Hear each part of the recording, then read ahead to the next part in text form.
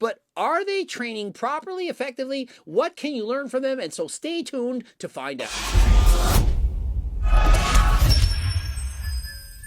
Coach Greg, and in today's video, we're going over famous natural bodybuilders, Max Taylor and Shizzy. Are they in fact natural? Well, watch my videos to find out. And so they're going to be destroying chest. I'm going to go up a cup size today. My chest will not be participating in the growth part of that, but definitely feeling natural. But you got to push through, baby. And so Max Taylor, a couple weeks out, says he's feeling natural, but certainly doesn't look natural. But remember, he has amazing genetics, and he's worked harder than last time. He's very conditioned. Look at the quads. Look at the definition. And Shizzy, who also states he's natural with an absolutely incredible physique, just came off winning 3 categories in bodybuilding. I feel like you got to be like of stature to rock Air Forces. Like you can't be skinny. You literally look like a stick figure with Air Force on. Right now, it would just look wrong. That's why I'm in skinny chucks. And so perhaps it's because I'm 47, but I didn't know you had to have a certain physique to rock or wear certain shoes. Does the size, stature, conditioning, body fat percentage, and so on actually dictate what kind of drip you're actually wearing? You learn something new every day, and so perhaps if you're a cool company out there, perhaps send it towards Coach Greg. First exercise, I'll do anywhere from 2 to 3 warm-ups. And then from that point on, I'll do no more than 2 warm-ups and then just 1 set. And so Max Taylor begins his workout by doing 3 warm-up sets. That is very important to prevent muscle injury. And on each set, he's going to go a little bit heavier. Also, the repetition range is going to go down. And so on his heaviest set, he's perhaps doing 6 to 8, maybe 8 to 10 repetitions per set. And following this, when he goes to a different exercise, he doesn't do as many warm-up sets. He only does 2. And the reality is this: once your body is already warmed up, you don't need multiple additional sets to again warm up the muscle. Think of it, if you're doing Smith machine chest to begin your workout and you do 3 warm-up sets and perhaps do 2 hard sets after that, and you then move on to cable crossovers, you don't really need 2 additional warm-up sets to prepare for those cable crossover sets. But if you're newer to lifting and you're learning the sets, it is in fact important to warm up yet again. You might not feel the movement properly. You won't have the same mind-muscle connection if you go to another exercise without properly warming up first. But if you're an advanced lifter, you've been training for years, like Coach Greg, I don't do all of these warm-up sets. And so, for example, if I'm doing 1 exercise for chest and I'm done that exercise and I move on to another one, I will at most do 1 warm-up set. Sometimes I won't even need an additional warm-up set. If I'm doing higher reps, for example, 15, I feel no reason to do that warm-up set. Remember, I train my entire body in 1 single workout, moving from machine to machine, and so this drastically reduces the time required for me to train in the gym. But if you're doing a bro split, perhaps 3-4 day split, I think it's smart to do additional warm-up sets when you go from one machine to the next. And so please do 1 warm-up set when you switch machines. Like Max, do 3 warm-up sets to start, then do a couple of hard sets, train to failure, move on to the next exercise and do 1 warm-up set. That should be sufficient, and so please give that a try. What's your all-time bench? 405. Shit. But that was like peak bulk, dude, like 250 pounds. And so Shizzy's asked, what's your best bench of all time? He states, with a bulk, 405 pounds. And who doesn't believe that Shizzy has way above average genetics? Guys close to 6'4", well over 225 pounds. Yet his max bench is 405, and people, they actually think that that is not a superior bench. That if you really put your mind to it and train 10 plus years, the perfect diet and training program, that you could bench 405, 100% natural. Alexander Bromley stated in a video titled, "Can you bench 405 drug-free?" that over 50% of the world could bench over 405 drug-free if they only trained harder than last time with the proper diet and nutrition for 10 years. Yet Shizzy at his peak bulk only benched 405 once in his life with over 10 years of proper training. And so really think of it. Do you think that Alexander Bromley knows what he's talking about? Let's compare some guys who are quite genetically gifted, who have been training for a long time, and see what they lift. Will Tennyson literally competed in powerlifting, has superior genetics, guy weighs about 200 pounds, bench is about 355. Yet Alexander Bromley says over 50% can bench over 405. And so by that he means that the majority of people would be way stronger than Will Tennyson if they simply trained for 10 years. This is complete and utter bullshit. The vast majority of people, as in more than 50% of the population, never going to bench 315 pounds even if they diet and train properly. And so just because you can't bench 315 or 405 does not mean you're actually weak. Remember, a 225-pound bench is, in fact, impressive. And how much can Coach Greg bench? Remember, I'm a world record holder in the bench press. Clearly superior genetics. Remember, I'm on HRT, and what can I bench press right now? 335 pounds. Used to bench 5 plates for 4 reps, pause, 4 plates for 15 repetitions. Yet I can bench 335 pounds right now. And so do you really think that half the population can outbench Coach Greg by 70 pounds if they just tried harder? Of course not. And so the problem is that social media underplays the value of your genetics. If you are born with gifted genetics, of course, you can bench 405 with proper training. But if you don't have the genetics and it's not in your cards, no matter how hard you train, you're probably never going to even bench press 315. And the same goes for muscular size. You're seeing Sam Sulik, Shizzy, Jizzy, you name it. These guys have incredible physiques. But just because they have incredible physiques doesn't mean you can copy their diet, eat a bunch of cereal and chocolate milk, and also have the same body. What was my best? It was something around like 335 at a peak bulk. And so Mac Taylor's max bench at peak bulk? 335. And so does that not put things into perspective? 335 pounds, a gifted bodybuilder. Look at this guy.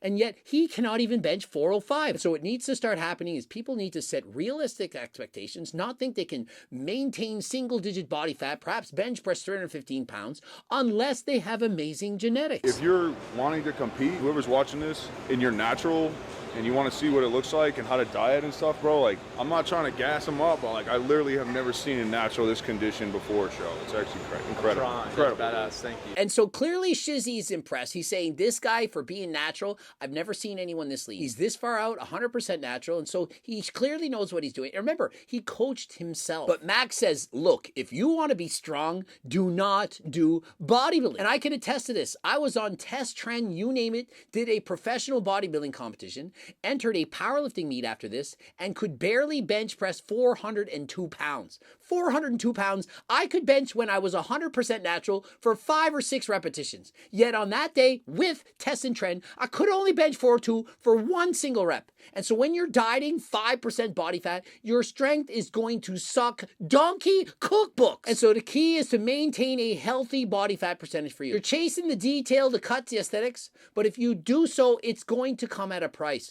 Your strength is going to tumble. You're not going to feel good. You're having low energy levels. Testosterone levels are going to go down. You're going to have hard time getting to sleep, brain fog, and so on. So please maintain a healthy body fat percentage for you. And for most people, I state 15% body fat. For some, it's a little less. For some, it's a little more. You can sit here and say people that are on gear still have to put in the same work, but you do get more benefit, and it is a lot harder to go through that process, especially bodybuilding, the process, naturally. And so Max Taylor is saying it's harder to compete natural in bodybuilding than it is to compete enhanced. But remember, he has no experience in being enhanced. I have done a video. I stated I do believe the guy is 100% natural. But do you know somebody who has experience in both? This guy did 42 shows natural, 17 enhanced, so I have experience in both.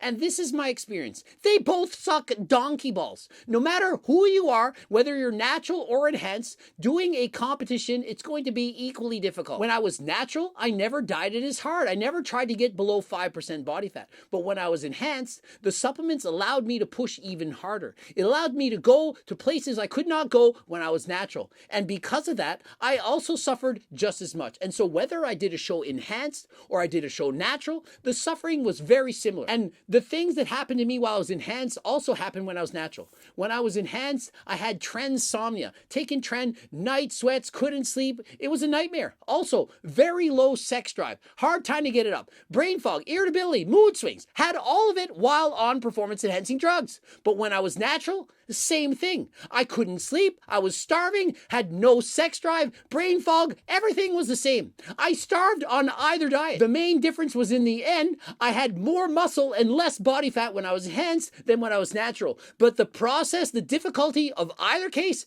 was exactly the same. Not fucking know your potential unless you try. Exactly. Max Taylor making great points. You will never know your true genetic potential unless you actually go for it. Unless you train for example, 10 years plus. And that is why I train natural as long as humanly possible. I'd been training natural for over 20 years, 42 shows natural. I did not want to give up my natty card until I'd reached my natural genetic potential. These days, for the most part, people, as soon as they get a chance, they're hopping on everything. Case in point, Chris Bumstead, already at 18 years of age, no longer natural.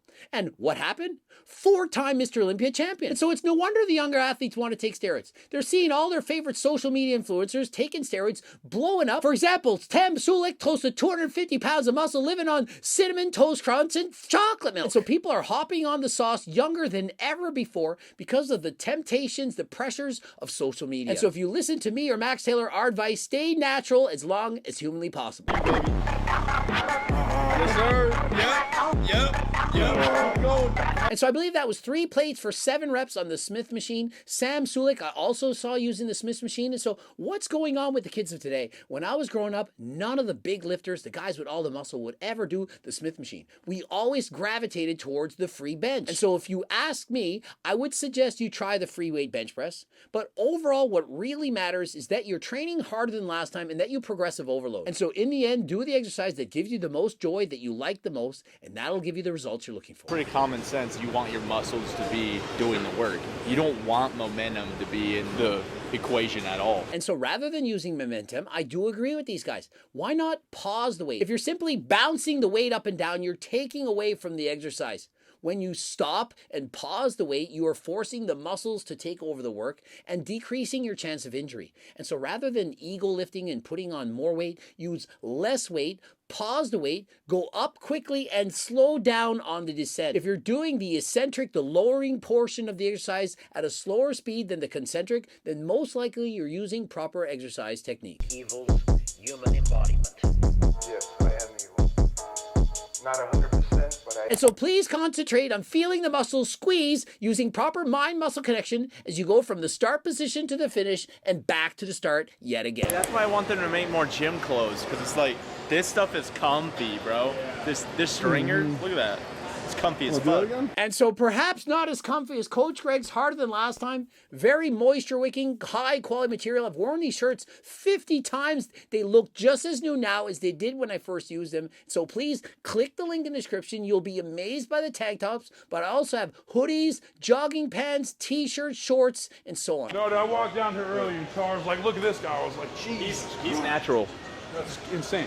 Yeah, it's insane. Yeah. That interaction to me is hilarious. The guy's 6'8", 590 pounds of muscle, and he walks up to him and he's like, this guy, wow, you look incredible. Max Taylor adds, and he's natural. That's insane. Looks at him again. That's insane. He's like, yeah.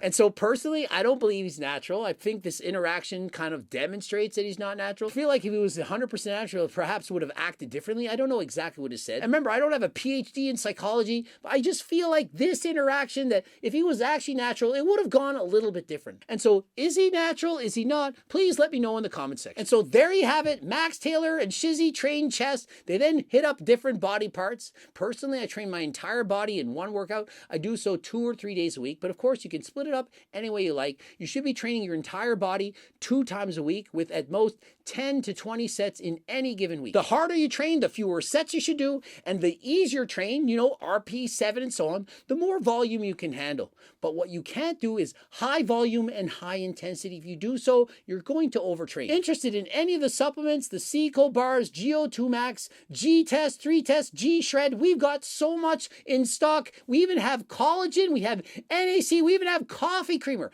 Head over to the website, code Greg, 10% off. Subscribe, click the bell button, comment to boost the algorithm. Don't forget to watch one of the bloops, and of course, training books, cookbooks, coaching plans by me and my team. You see all the books in the back? You can get that on my website. Don't forget, code Greg, 10% off. And until next time, I am out.